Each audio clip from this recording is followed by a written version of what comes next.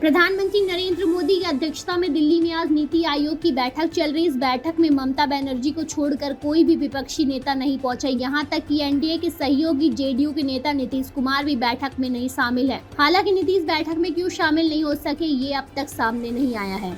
जानकारी के मुताबिक बिहार के दोनों डिप्टी सीएम बैठक में मौजूद है। बैठक का बहिष्कार किए जाने पर कांग्रेस सांसद मनिकम टैगोर ने कहा कि यह नवनिर्वाचित मुख्यमंत्रियों का फैसला है। योजना आयोग शानदार काम कर रहा था, लेकिन उन्होंने इसे खत्म कर दिया। गैर बीजेपी शासित राज्यों के साथ भेदभाव किया जा रहा है, खासकर बजट के मुख्यमंत्रियों को मुश्किल में डाल दिया और उन्हें नीति आयोग का बहिष्कार करने पर मजबूर कर दिया। बजट उन लोगों के खिलाफ है जिन्होंने बीजेपी के खिलाफ वोट दिया था। साथ ही जानते हैं नीति आयोग की बैठक में किन मुद्दों पर चर्चा होगी। वितरण तंत्र को मजबूत करके ग्रामीण और शहरी दोनों आबादी के लिए जीवन की गुणवत्ता को बढ़ाना है। इस बैठक में 8 मुद्दों पर चर्चा की जाएगी। इनमें पीने के पानी, बिजली, स्वास्थ्य और शिक्षा की उपलब्धता और गुणवत्ता, जमीन और संपत्ति के डिजिटलाइजेशन और रजिस्ट्रेशन, साइबर सुरक्षा, सरकारी कामकाज में आर्टिफिशियल इंटेलिजेंस की चुनौतियों और अवसर और केंद्रीय योजनाओं को युक्त संगत बनाने और राज्यों की भूमिका जैसे मुद्दे शामिल हैं। मीडिया रिपोर्ट के अनुसार तमिलनाडु समेत 7 राज्यों के मुख्यमंत्रियों ने बैठक में आने से इनकार कर दिया।